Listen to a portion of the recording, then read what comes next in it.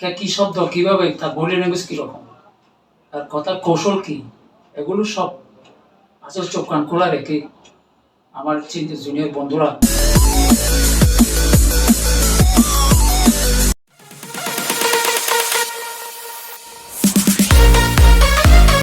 আসসালামু আলাইকুম, সবাইকে স্বাগত জানাচ্ছি। আমি অ্যাডভোকেট চৌধুরী ফাহাদ আছি আপনাদের সাথে। আইনজীবীর সাথে আলাপনের আজকে 23তম পর্বে আমার সাথে অতিথি হিসেবে থাকছে কক্সবাজার জেলা আইনজীবী সমিতির প্রবীণ আইনজীবী advocate Nazim Uddin sir. Advocate Nazim Uddin sir 2002 সালে কক্সবাজার জেলা আইনজীবী সমিতিতে একজন নিয়মিত সদস্য হিসেবে তালিকাভুক্ত হন। অ্যাডভোকেট নাজিম উদ্দিন স্যার কক্সবাজার জেলা আইনজীবী সমিতিতে তিনি দেওয়ানি মামলা পরিচালনা করে আসছেন। অ্যাডভোকেট নাজিম উদ্দিন স্যার কক্সবাজার জেলা আইনজীবী সমিতিতে সবচাইতে বেশিরভাগ সময়ে তিনি নির্বাচিত সদস্য হিসেবে তিনি নির্বাচিত হয়েছেন। কক্সবাজার জেলা আইনজীবী সমিতিতে যে নির্বাচন হয় সেখানে তিনি প্রায় 14 বার নির্বাচিত হয়েছেন এবং 3 বার তিনি সহসভাপতি নির্বাচিত হন, একবার এজিএস হিসাব পদে তিনি নির্বাচিত হন, বাকিগুলো তিনি সদস্য পদে বিপুল ভোটে তিনি প্রতিবারই নির্বাচিত হন। এই রেকর্ড কেবলমাত্র আমার নাজিম উদ্দিন স্যারের। আইনজীবীর সাথে আলাপন পর্বে আমরা মূলত কক্সবাজার জেলা আইনজীবী সমিতিতে যারা সদস্য রয়েছেন তাদের কাছ থেকে বিভিন্ন বিষয়ে আমরা আইনি মতামত নিয়ে থাকি। বিশেষ করে বিচার প্রার্থীদের পক্ষে যদি কোনো প্রশ্ন থাকে সে বিষয়ে আমরা আলাপ করে থাকি। দ্বিতীয়ত, পেশাগত দায়িত্ব পালন করতে গিয়ে আমরা কোনো অসুবিধার মধ্যে পড়ে যাচ্ছি কিনা সে ব্যাপারে আমরা আলাপ করে থাকি। তৃতীয়ত, কক্সবাজার জেলা যেহেতু সারা বাংলাদেশের কাছে আলোচিত একটি জেলা, সুতরাং কক্সবাজার জেলা আইনজীবী সমিতিকে আরো সমৃদ্ধ করার জন্য কি কি খাতে উন্নয়ন জরুরি সে বিষয়ে আমরা আলাপ করে থাকি। তার ধারাবাহিকতায় আজকে যিনি আমাদের অতিথি রয়েছেন, আমাদের যিনি আজকে অতিথি হিসেবে থাকছেন তিনি অত্যন্ত আমাদের জন্য গুরুত্বপূর্ণ। তার কাছ থেকে আমরা সমসাময়িক বিভিন্ন ইস্যু নিয়ে এবং আইনগত ইস্যু নিয়ে আমরা আলোচনা করব। শুরুতেই আমি আমার অতিথিকে আন্তরিকভাবে আমার অনুষ্ঠানে উপস্থিত হওয়ার জন্য অভিনন্দন জানাচ্ছি। যে প্রশ্নটি আমি স্যারের কাছে প্রথমেই করতে চাই, যেটি একজন বিখ্যাত মনীষী রয়েছেন সক্রেটিস, তিনি বলেছেন, টাকা যার কাছে আছে আইন তার কাছে খোলা আকাশের মতো, টাকা যার নেই আইন তার কাছে মাকড়সার জালের মতো। এই বিষয়ে আপনার অভিমত কি? যে আমার কক্সবাজারের একজন আপনি সিনিয়র আইনজীবী হিসেবে আছেন, যে মনীষীর এই উক্তিটা আপনি কিভাবে এটার ব্যাখ্যা আপনি কিভাবে দিতে পারেন? ধন্যবাদ এই সুন্দর আয়োজনের জন্য। আসলে এই যে উক্তিটা, এটার একটা বাস্তবতাও আছে। মানে এটা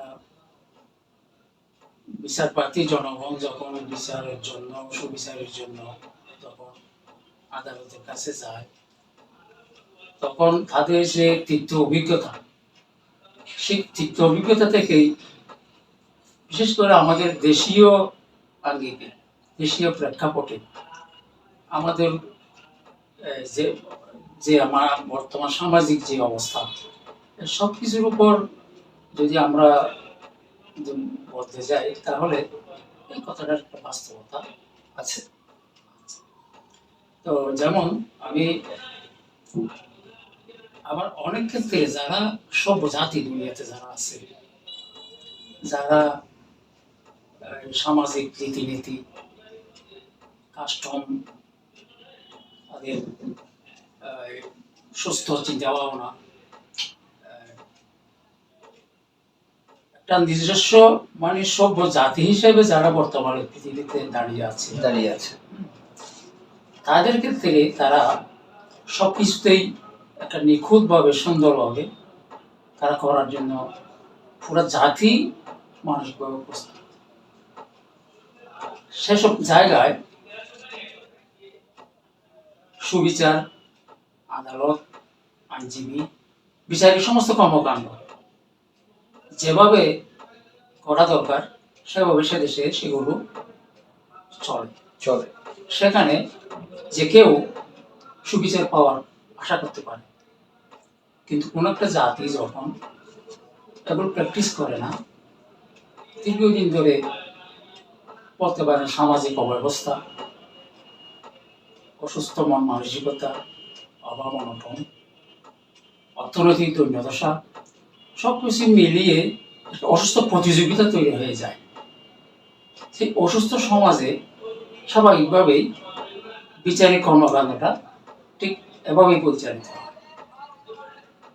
বড়দের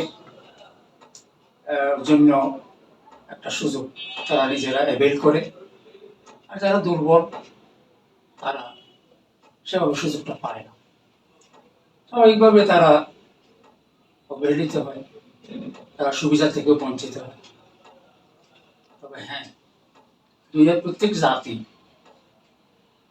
এই সীমাবদ্ধতা থেকে, এই দুরবস্থা থেকে উত্তরণ ঘটানোর আপনার চেষ্টা চালিয়ে যাচ্ছে। সে থেকে আমাদের দেশটাও ব্যতিক্রম নয়, আমরাও এগিয়ে যাচ্ছি। আশা করা যায় একদিন আমরা সেই অবস্থায় পৌঁছে যেতে পারবো, যেদিনে দেশে ন্যায় বিচার প্রতিষ্ঠিত হবে। প্রতিষ্ঠিত। স্যার, আসলে বিষয়টা হচ্ছে আমার এখানে এই যে আইনজীবীর সাথে আলাপ করব, এটা কোনো নির্ধারিত কোনো বিষয়ে সীমাবদ্ধ নেই। আইনজীবীর সাথে আমি যে কোনো বিষয়ে আলাপ করতে পারি, সমসাময়িক ইস্যু নিয়ে আলাপ করতে পারি। এই যে আজকে যে কথাটি আপনি বললেন, আপনি স্বপ্নের কথা বললেন, আমরা সেই স্বপ্নটা দেখি। আমার স্যার অত্যন্ত আশাবাদী যে আমাদের এমন একটা সময় হয়তো আসবে ভবিষ্যতে যখন আইনের শাসন প্রতিষ্ঠা হবে, যেখানে ধনী দরিদ্র বলে কোনো কথা নেই, জাস্টিস সবার জন্য সমান হবে। দ্বিতীয় যে প্রশ্নটি আমার স্যারের কাছে আমি করতে চাই, যে কক্সবাজারে আপনি দীর্ঘদিন ধরে আইন পেশা পরিচালনা করে আসছেন। আপনি কক্সবাজারে প্রায় আজকে 22টি বছর আপনি এখানে সময় দিয়েছেন, পেশায় নিয়োজিত ছিলেন, শত শত মানুষকে আপনি আইনি সেবা দিয়েছেন দেওয়ানি মামলা পরিচালনায়। তখন আদালতের পরিবেশ 2002 সালে যখন আপনি আসেন তখন একরকম ছিল, আর এখন পরিবেশ অন্যরকম হয়তোবা। এই দুই সময়ের পার্থক্য 22 বছরে কি কি পরিবর্তন আপনি দেখেছেন? আসলে সময়ের এই আবর্তনে, সময়ের এই অবস্থার মধ্যে আমাদের গর্বিত একটা ইতিহাস আসলে আসছে, যে নেই কানুন। আমাদের বিচারিক আদালতগুলো এবং আদালত প্রাঙ্গণ, আমাদের আইনজীবী মহড়ার সবাইকে নিয়ে তো আদালত। তখনকার আমলে আইনজীবীদের সংখ্যাও ছিল কম, মহড়ার সংখ্যা ছিল কম, মানুষজন আদালতে মামলা মোকদ্দমার জন্য খুব বেশি আসতো না। অনেক মামলা মোকদ্দমা আছে যেগুলো স্থানীয়ভাবে মানুষেরা নিজেদের মধ্যেই নিষ্পত্তি করে ফেলত। সামাজিক যে বর্তমান অস্থিরতা, সেই অস্থিরতা তখনকার আমলে এত বেশি অস্থিরতা ছিল না। ফলে স্বাভাবিকভাবে কর্মকাণ্ড মধ্যে সীমিত যে পরিসর, যে অবস্থা ছিল, তখন আমাদের আইনজীবীরা এবং আদালতগুলি আর সবার মধ্যে একটা সুন্দর একটা আন্ডারস্ট্যান্ডিং ছিল, একটা বোঝাপড়া ছিল। তখন একটা বিষয় আমার লক্ষণীয়, সেটা হচ্ছে বলতে হয় আমাদের আইনজীবীর এদের মধ্যে যারা সিনিয়র যারা ছিলেন, আমি যাদেরকে আমার সিনিয়র হিসেবে যাদেরকে আমি দেখেছি, তাদেরকে আমরা শুধুমাত্র একজন সিনিয়র আইনজীবী হিসেবে দেখতাম না, আমরা দেখতাম আমার একজন শিক্ষক হিসেবে, আমার একজন আদর্শ হিসেবে আমি ওনাকে দেখতাম। ওনার পক্ষ থেকেও আমরা যা পেতাম, যে স্নেহ, শেখানো, যে একটা মানে সৎ মানসিকতা, একেবারে হাতে কলমে। অনেককে আমি দেখেছি যে আমাদের সিনিয়ররা আমাদেরকে হাতে কলমে একেবারে প্র্যাকটিক্যালি শেখানোর জন্য নিজেদের খুব আগ্রহী ছিল। এবং জুনিয়ররাও ওই সিনিয়রদেরকে একেবারে অভিভাবকের মতো মনে করত। শিক্ষক, অভিভাবক এবং আমার গুরু হিসাবে সেভাবেই মানে মূল্যায়ন করত। সেভাবে সিনিয়র জুনিয়রদের মধ্যে ঠিক এই ধরনের একটা সুন্দর সম্পর্ক, বন্ডিং তখন ছিল। আর এই যে প্রাণবন্ত, মর্যাদাপূর্ণ, পারস্পরিক সম্মান এবং স্নেহপূর্ণ এবং শেখানোর যে একটা পরিবেশ, পরিস্থিতি, শিখার এবং শেখানোর, এই সবগুলি মিলিয়ে একটা সুন্দর পরিবেশ আমরা দেখেছি। স্যার এর মধ্যে আরেকটা প্রশ্ন যেটা আমি করতে চাই, অনেক সিনিয়র আইনজীবী আমার কক্সবাজার বারে তারা এটা বলে থাকেন যে পুরনো যারা সিনিয়র আইনজীবী যারা ছিলেন তারা অত্যন্ত মেধাবী ছিলেন, কঠোর পরিশ্রমী ছিলেন পড়াশোনা করতে। তখন মামলা মানুষ যত বাড়ছে, জমি নিয়ে তত বিরোধ সৃষ্টি হচ্ছে, মামলাও তত বেড়ে যাচ্ছে। এখনের আইনজীবীরা যারা আছেন তারা তাদের অনেক ব্রিফ আছে কিন্তু অনেক মামলা আছে, এতগুলো মামলা তারা সামাল দিতে গিয়ে পড়াশোনার জায়গাটাই তারা কি আগে যে সিনিয়র আইনজীবী ছিল তারা যেভাবে পড়াশোনা করতো সেই তুলনায় এখনকার যারা আইনজীবী তারা কি পিছিয়ে আছে কিনা মেধার দিক থেকে? বা আমি আপনার কাছ থেকে এক কথাই পরিষ্কার যে তখনের সিনিয়র আইনজীবীদের অ্যাটিটিউড কেমন ছিল, তারা কিভাবে পড়াশোনার বিষয়টাকে মূল্যায়ন করতো, আর এখনের যারা আইনজীবী তারা কিভাবে প্র্যাকটিস করে, তাদের মধ্যে বেসিক কোনো পার্থক্য আছে কিনা যদি বলতেন। পার্থক্য আছে অবশ্যই, এটা বলতে হয়। কারণ এই যে স্টাডি যে করতে হবে আইনজীবী একটা সাকসেসফুল সাবমিশনের জন্য, আইন মামলা মোকদ্দমা পরিচালনার জন্য আপনার যেটা প্রিপারেশন, সেই প্রিপারেশনটা তো আপনাকে চেম্বারে বসেই করতে হবে, বইপত্র পড়াশোনা করতে হবে। বিজ্ঞ বিচারক যিনি আছেন ওনার সামনে একটা ম্যাচিউরড, একটা পারফেক্ট, একটা তথ্য সমৃদ্ধ, আইন সমৃদ্ধ একটা সাবমিশন যদি আপনাকে দিতে হয় তাহলে আপনাকে স্টাডি করতে হবে, এতে কোনো সন্দেহ নেই। এই অবস্থাটা ছিল, এটার যে বিকল্প নেই, হ্যাঁ, এটা কিন্তু তখনকার আমলার যারা আইনজীবী যারা প্র্যাকটিস করতেন তারা কি ভালোভাবে সেটা বুঝতেন এবং তারা সেটা অনুসরণ করতেন। স্যার কয়েকজন আইনজীবীর নাম যদি হ্যাঁ। বলতেন, আপনি যারা দেখেছেন সিভিল আইনজীবী কক্সবাজার, যেহেতু আমাদের এই প্রোগ্রামটা কক্সবাজার আইনজীবী সমিতি যারা সদস্য রয়েছেন তাদেরকে নিয়ে, সুতরাং আমি সেরকম প্রয়াত অনেক আইনজীবী আপনার দেখা কয়েকজন আইনজীবীর নাম যদি আপনি বলতেন, তারা কারা ছিল তখনকার আমলে যারা প্রয়াত, মানে আপনি যাদেরকে আজকে দেখেছেন? যারা যারা নেই, হ্যাঁ, কিছু এখনো পর্যন্ত আছে। আল্লাহর রহমতে। ইতিমধ্যে আমি প্রাক্তন এমএলএ নুরাম সাহেবকে দেখেছি। এমএনএ ছিল প্রাক্তন এমএলএ। নুরাম। তারপরে ওই আমাদের চৌধুরী জহুরুল ইসলাম সাহেব, ওনাকে যিনি দেখেছি। সংসদ সদস্য, সদস্য প্রাক্তন সংসদ উনিও এখানে নিয়মিত প্র্যাকটিস করতেন। সিভিল না ক্রিমিনাল করতেন? উনি ক্রিমিনাল করতেন। ক্রিমিনাল করতেন বেসিক্যালি। তারপরে আমাদের আরেকজন শ্রদ্ধেয় অ্যাডভোকেট সালামতুল্লাহ সাহেব সিভিল করতেন। সিভিলও করতেন, মাঝে মধ্যে ক্রিমিনালও চাইতেন। তারপর ওই আমাদের প্রফেসর নূর আহমদ, জি আমাদের, হ্যাঁ এখন বেঁচে আছেন। আমি উনি তো অধ্যাপকও ছিলেন কক্সবাজারে। উনি অধ্যাপক ছিলেন। ওনাদেরকে আমি দেখেছি যে ওনারা আইনের প্রতি একনিষ্ঠ, মানে একটা স্টাডি করে প্রিপারেশন নিয়ে, প্রস্তুতি নিয়ে, বইপত্র সামনে রেখে এগুলো line by line, page to page গিয়ে সেখান থেকে প্রয়োজনীয় আইনের যে অস্ত্রগুলো, আইনের যে বিষয়গুলো ওনারা এগুলোখান থেকে মানে সংগ্রহ করে প্রিপারেশন নিয়ে তারা শুনানি করতেন। আর এখানে অ্যাডভোকেট আমাদের কক্সবাজারে খুব প্রমিনেন্ট লয়ার ছিল ফিরোজ আহমেদ চৌধুরী, ওনাকে কি আপনি দেখেছেন? ফিরোজ আহমেদ সাহেবকে, ওনাকে আমি কক্সবাজারে খুব বেশি একটা পাইনি, পরে গিয়ে হাইকোর্টে প্র্যাকটিস করতেন। ও আচ্ছা, হাইকোর্টে প্র্যাকটিস করতেন, এই কারণে হাইকোর্টের অনেক আইনজীবী ওনাকে মানে বিচারপতিরাও ওনাকে চিনতেন। এটা আমি জানতাম না যে উনি হাইকোর্টে প্র্যাকটিস করতেন। আরো অনেক আইনজীবী ছিলেন, সিনিয়র শ্রদ্ধেয় আইনজীবী, তাদের আমি সুখের মাত্রা ধারণা করছি।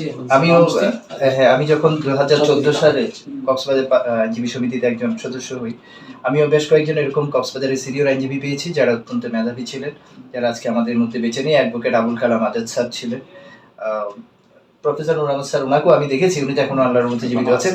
এর বাইরে আমার সত্ত্বেও সিনিয়র যার আন্ডারে আমি প্র্যাকটিস করেছি কক্সবাজারের চকরিয়ার, তিনি অত্যন্ত স্বনামধন্য একজন ব্যক্তি ছিলেন, অ্যাডভোকেট আমজাদ হোসেন, তিনিও প্রয়াত হয়েছেন, তিনি আমার সিনিয়র ছিলেন। চকরিয়াতে এমন কোনো চকরিয়া পেকুয়ার এমন কোনো বাড়ি নেই, এমন কোনো মানুষ নেই যে আমার সিনিয়রকে চিনতেন না, সবাই এক নামে চিনতেন, অ্যাডভোকেট আমজাদ হোসেন। তো আমি ওনাদের আত্মার মাগফিরাত কামনা করি যারা প্রয়াত হয়েছেন। এখন আমরা সাধারণ বিচার প্রার্থীদের পক্ষে একটি প্রশ্ন করতে চাই যে সাধারণ বিচার প্রার্থীরা মনে করে যে মামলা নিষ্পত্তিতে দেরি হওয়ার পিছনে আমরা আইনজীবীরাই দায়ী। আমরা ইচ্ছাকৃতভাবেই মামলাকে ডিলে করি যাতে করে আমরা বেনিফিটেড হতে পারি। এই যে সাধারণ মানুষের যে একটা ধারণা, এটা কতটুকু সত্য যে একটা মামলা নিষ্পত্তিতে কি শুধুমাত্র আইনজীবীদেরই ভূমিকা থাকে, নাকি এখানে আইনের কোনো বিষয় জড়িত আছে কিনা বা মামলার জটের কোনো বিষয় জড়িত আছে কিনা, কি কারণে দেরিটা হয়, সাধারণ মানুষের কাছে এই বিষয়টা খোলাসা হওয়া দরকার। হয়তো তারা আমাদেরকে নিয়ে ভুল ধারণা নিয়ে বসেও থাকতে পারে। তো স্যার, আমি এ ব্যাপারে জানতে চাই যে সিভিল মামলা অর্থাৎ দেওয়ানি মামলা অর্থাৎ জায়গা সম্পত্তি নিয়ে যে মামলাগুলো চলছে, এগুলো নিষ্পত্তিতে এতটা বিলম্ব হওয়ার কারণ কি হতে পারে? সিভিল লাইনের কোর্টের যে মামলাগুলো আসলে যে বিলম্ব হয়, মামলার জট তৈরি হয়, এটা কিন্তু সত্য কথা, বাস্তব এটা হচ্ছে। কিন্তু একটা সিভিল মামলাই বলুন বা ক্রিমিনাল মামলাই বলুন, কোর্টে যখন একটা মামলা যায় তখন ওই মামলাটা নিষ্পত্তি হওয়া পর্যন্ত অনেকের একটা ভূমিকা থাকে। আইনজীবীদের ভূমিকা আছে, অ্যাডভোকেট ক্লার্ক আছে, তাদের ভূমিকা আছে, বিচারকদের ভূমিকাও আছে, আবার বেঞ্চ ক্লার্ক যারা আছে তাদেরও একটা ভূমিকা আছে, প্রশাসনেরও অনেক সময় ভূমিকার প্রয়োজন হয়। এই সবগুলো বিষয়, সবগুলো সেক্টর যেগুলো আছে, যেগুলোর কথা কিছু বললাম, এদের সবাইকে মিলেই ওই বিচার কার্যটা আমাদেরকে পরিচালনা করতে হবে।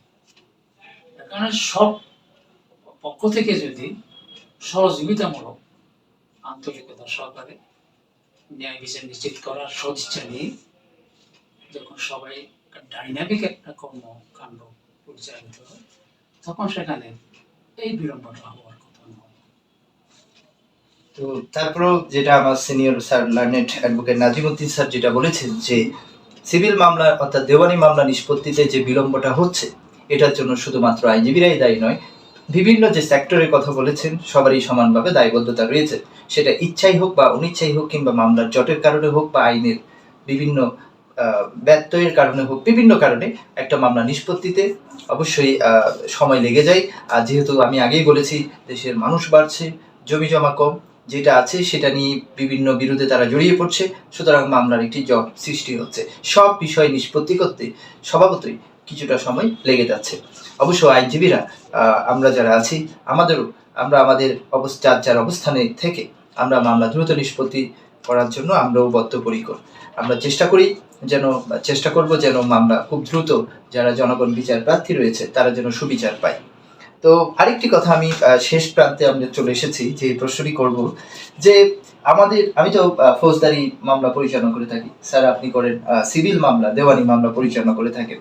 আমরা ফৌজদারি মামলা পরিচালনা করতে গিয়ে একটা বিষয় আমাদের কেন জানি মনে হয় যে বেশিরভাগ ফৌজদারি মামলার উৎপত্তি হচ্ছে দেওয়ানি বিষয় থেকে, অর্থাৎ জায়গা সম্পত্তির বিষয় থেকে।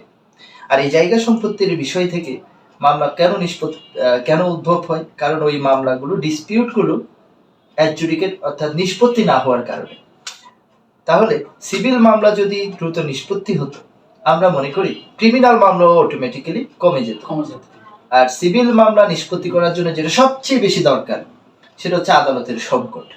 অর্থাৎ দেখা যাচ্ছে আমাদের এখানে ক্রিমিনাল মামলা পরিচালনা করার জন্য কক্সবাজার বারে, যেহেতু আমাদের কক্সবাজার আইনজীবীর সাথে আলাপন, আমাদের কক্সবাজার আইনজীবী সমিতি যারা সদস্য রয়েছে তাদের সাথে আমরা মতামত নিচ্ছি।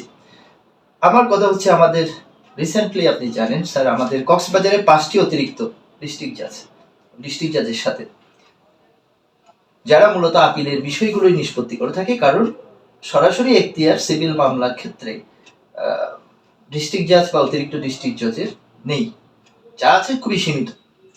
তো সুতরাং মামলা নিষ্পত্তিটা মূলত হয়ে থাকে নিম্ন আদালত অর্থাৎ আর্থিক অধিক্ষেত্র অনুযায়ী সহকারী জজ এবং সাব জজ অর্থাৎ জয়েন্ট ডিস্ট্রিক্ট জজ, যুগ্ম জেলা জজগুলোতে।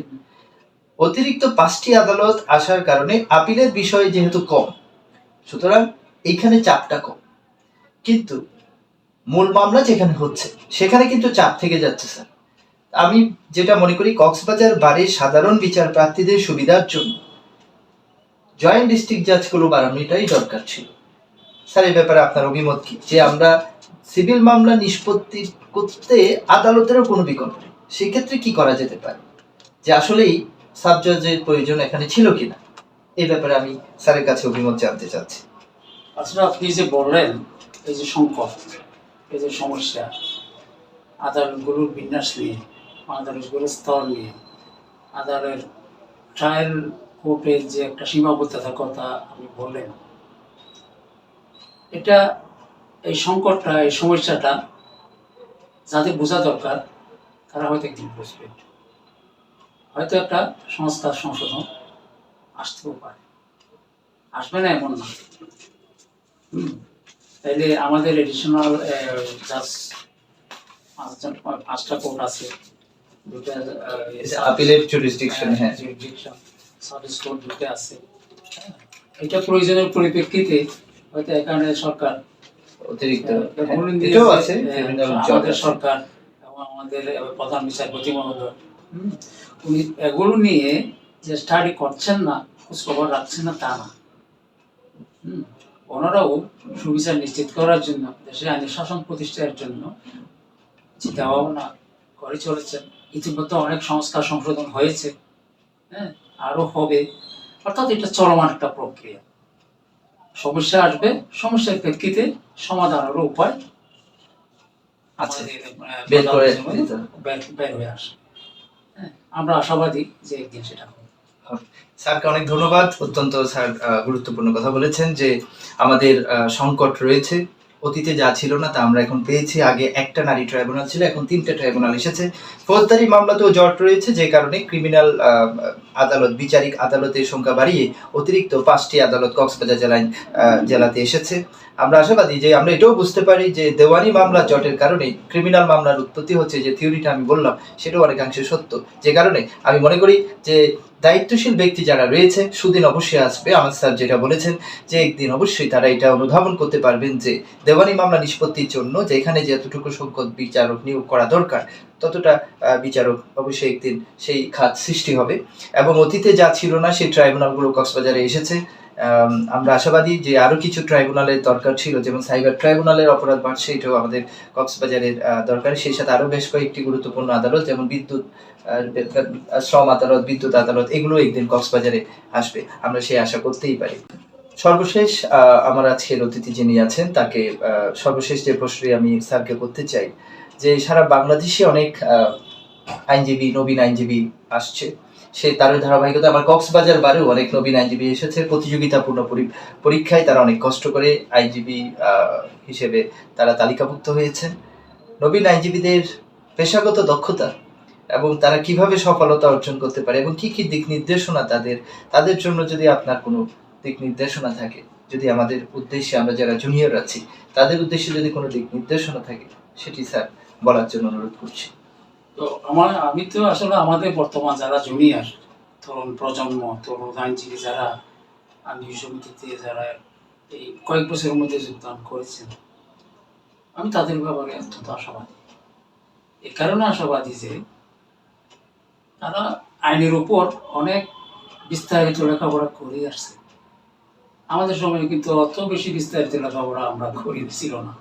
হ্যাঁ, এখন তো আইনের উপর অনেক লেখাপড়া করে অনেক বড় বড় ডিগ্রি নিয়ে আমি আইনজীবী হিসেবে যোগদান করেছি। কিন্তু তাদের মৌলিক লেখাপড়া আছে, এটা নিঃসন্দেহে আছে, এটা করতে হবে, এটা স্বীকার করতেই হবে। তাদের যে মানে সাবমিশন কোর্টে আদালতে, যাদের যে বলনেস, যাদের যেটা বলা হয়, এটা আমি দেখি, এটা দেখে আমি খুব আশান্বিত হই। তবে হ্যাঁ, তাদের প্রতি আমার একটা, এটাকে আমরা প্র্যাকটিস বলি, আইনজীবী এই পেশাটাকে আমরা বলি প্র্যাকটিস। প্র্যাকটিসের সাথে প্রেস্টিজেরও একটা ব্যাপার আছে। প্র্যাকটিস উইথ প্রেস্টিজ, যা ব্যাখ্যা করার জন্য স্যার কি করতে হতে পারে। আমি যে আইনজীবী, আমি টাই পড়ি, কালো কোট পড়ি, এটা আমার আলাদা একটা স্ট্যাটাস দেয়, আমাকে আলাদা একটা পরিচিতি দেয় আমাকে। আমি সমাজের অন্য 10 জন থেকে একটু এক্সট্রা, আমি আলাদা। আমি ল অফিসার, তা আমার আচরণ, আমার চলন বলন, আমার কথাবার্তা, সব কিছু স্ট্যান্ডার্ড হতে হবে, স্পষ্ট হতে হবে। আমাকে আমার কথা বলায় পারদর্শিতা, আমি নিজে বলবো বিশুদ্ধভাবেই বলবো, আমি বাংলা বলবো শুদ্ধভাবেই বলবো, সাবমিশন দেবো প্রিপারেশন নিয়েই দেব, তথ্যপাত্র সহকারেই দেব, আইন দিয়ে ডিসিশন দিয়েই দেব। আদালত যেন আমাকে খুব ধরতে না পারে। আমি যখন সাবমিশন দিই তখন আমাকে জজ সাহেবও দেখেন, আমার কথাগুলো শোনেন, এবং ওই এজলাসে মোহরারাও শোনেন, অন্যান্য লয়ারেরাও দেখেন, এবং পিছনে মক্কেলেরাও দাঁড়িয়ে থাকে। এগুলো সব রেকর্ড হচ্ছে, এবং আমাদের মূল কথা হচ্ছে দৃষ্টি আকর্ষণ করা, জি স্যার।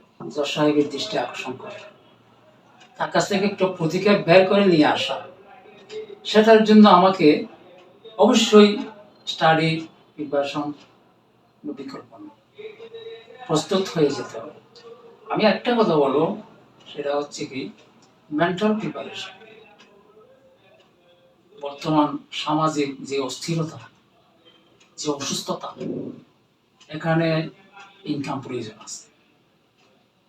ইনকাম প্রয়োজন আছে বলে আমি আমার এথিক্স, আমার যে প্রিপারেশন, আমার যে বইপত্র স্টাডি, হোমওয়ার্ক করা, বইপত্র আইনের বইগুলো স্টাডি করা, একেবারে এগুলোর বাইরে চলে যাব, মানে তাহলে সেখানে একটা ভালো প্র্যাকটিস হয় না।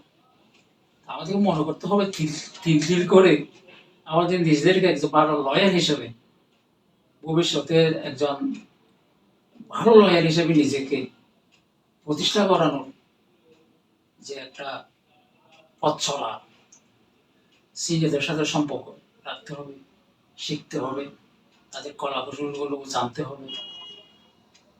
টাকা পয়সা ইনকাম করবো, পাশাপাশি এগুলো নিয়েই করবো সাথে। আর এখানে বিষয়টা হলো শিখাটা কিন্তু শুধু কোর্টে না, চেম্বারেও শিখে আছে, মক্কের সাথেও শিখে আছে, আদালতে মানে জেলাসে যখন অনেকে সাবমিশন দেয় সেখান থেকেও আমি শিখতে পারি কি শব্দ, কিভাবে তার বডি ল্যাঙ্গুয়েজ কিরকম, তার কথার কৌশল কি, এগুলো সব আসলে চোখ কান খোলা রেখে আমার জুনিয়র বন্ধুরা যদি সেভাবে নিজেকে প্রস্তুত করে নেন আগামী দিনের জন্য, তাহলে আমরা আশাবাদী যে তারা সফল হবে, একটা সুন্দর, একটা উজ্জ্বল ভবিষ্যৎ আমরা আশা করতে পারি। আর কি কি আমাদের বর্জন করতে হবে? ওই যে প্রেস্টিজের একটা কথা বললাম না, আমাকে বলতে হবে যে once a lawyer, anywhere lawyer, any time lawyer, any place lawyer. পেশাগত দায়িত্ব পালন করতে আমাদের সদাচরণটা কিরকম করলে আমরা একজন লয়ার তো অবশ্যই স্মার্টিং ফেস, একজন লয়ার, হ্যাঁ, স্মার্টিং ফেস, তার ধৈর্য থাকতে হবে, মক্কেলের কথাগুলো ধৈর্যটা শুনতে হবে, আপনি উত্তেজিত হতে পারবেন না। ইথিক্স ধরে রাখতে হবে, এথিক্স ধরে রাখতে হবে, আপনার এথিক্সে ধরে রাখতে হবে, প্রেস্টিজে ধরে রাখতে হবে, মক্কেলের কথাগুলোও শুনতে হবে।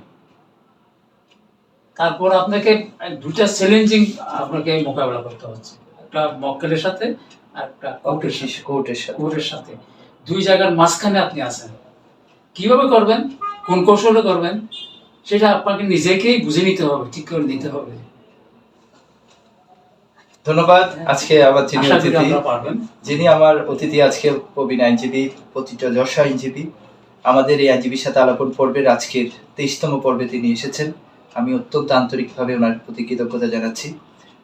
এর পূর্বে যারা আইনজীবীর সাথে আলাপনে অংশগ্রহণ করেছেন, অপেক্ষাকৃত জুনিয়র যারা আইনজীবী রয়েছেন, আমরা যেটা আশা করেছিলাম কক্সবাজার আইনজীবী সমিতিতে যারা যারা সদস্য রয়েছেন সবার কাছে আমরা যাব, সবার মতামত আমরা নিব। তারই ধারাবাহিকতায় আজকে আমার সিনিয়র যিনি এসেছেন, অভিজ্ঞতার অবশ্যই একটি আলাদা একটি গুরুত্ব রয়েছে। স্যার যে কথাগুলো বলেছেন সম্পূর্ণ অভিজ্ঞতা থেকে, এবং এটা আমাদের আমরা যারা জুনিয়র আইনজীবী আছি তাদের জন্য এটা অবশ্যই দিক নির্দেশনামূলক। তিনি যে কথাগুলো বলেছেন অবশ্যই সেটা আমাদের সেখানে অনেক কিছুই শেখার আছে। বিশেষ করে নবীন আইনজীবী যারা রয়েছেন তাদেরকে কিভাবে আইন পেশা পরিচালনা করতে হবে সে ব্যাপারে আমার স্যার যা বলেছেন তা অত্যন্ত গুরুত্বপূর্ণ। আমরা চেষ্টা করব যারা আমাদের সিনিয়র আইনজীবী রয়েছেন তাদের পদাঙ্ক অনুসরণ করে আমরা যেন একটি সুন্দর আইন পেশা পরিচালনা করতে পারি। সেই সাথে যারা আমাদের জুনিয়র রয়েছেন তাদের সাথে সৌহার্দ্যপূর্ণ সম্পর্ক আমাদের রাখতে হবে। সেই সাথে পেশাগত যে সদাচরণ সেই বিষয়টাও আমাদের অবশ্যই অবশ্যই আমাদের সচেতন থাকতে হবে। আজকের যিনি অতিথি, যিনি আমাদের কাছে অত্যন্ত, আমাদের কক্সবাজার জেলা আইনজীবী সমিতির জন্য অত্যন্ত গুরুত্বপূর্ণ ব্যক্তি, যাকে কক্সবাজার জেলা আইনজীবী সমিতির সদস্যরা বারে বারে নির্বাচিত করেছেন, ভালোবেসে নির্বাচিত করেছেন, সদালাপি, অত্যন্ত মিষ্টভাষী এবং বন্ধুবাবাপন্ন আমার শ্রদ্ধেয় সিনিয়র অ্যাডভোকেট নাজিমুদ্দিন স্যারকে আমি আবার পুনরায় ধন্যবাদ জানাচ্ছি এবং সেই সাথে আমার পক্ষ থেকে স্যারের জন্য একটি ছোট্ট উপহার। এবং আগামীতে কক্সবাজার জেলা আইনজীবী সমিতিতে যারা সদস্য রয়েছেন তাদের কাছ থেকে আমরা মতামত নিব। সে পর্যন্ত আমাদের সাথে থাকুন, ভালো থাকুন, সুস্থ থাকুন। আসসালামু আলাইকুম। আপনাকে আবারও ধন্যবাদ জানাচ্ছি এই সুন্দর আয়োজনের জন্য। আসসালামু আলাইকুম স্যার।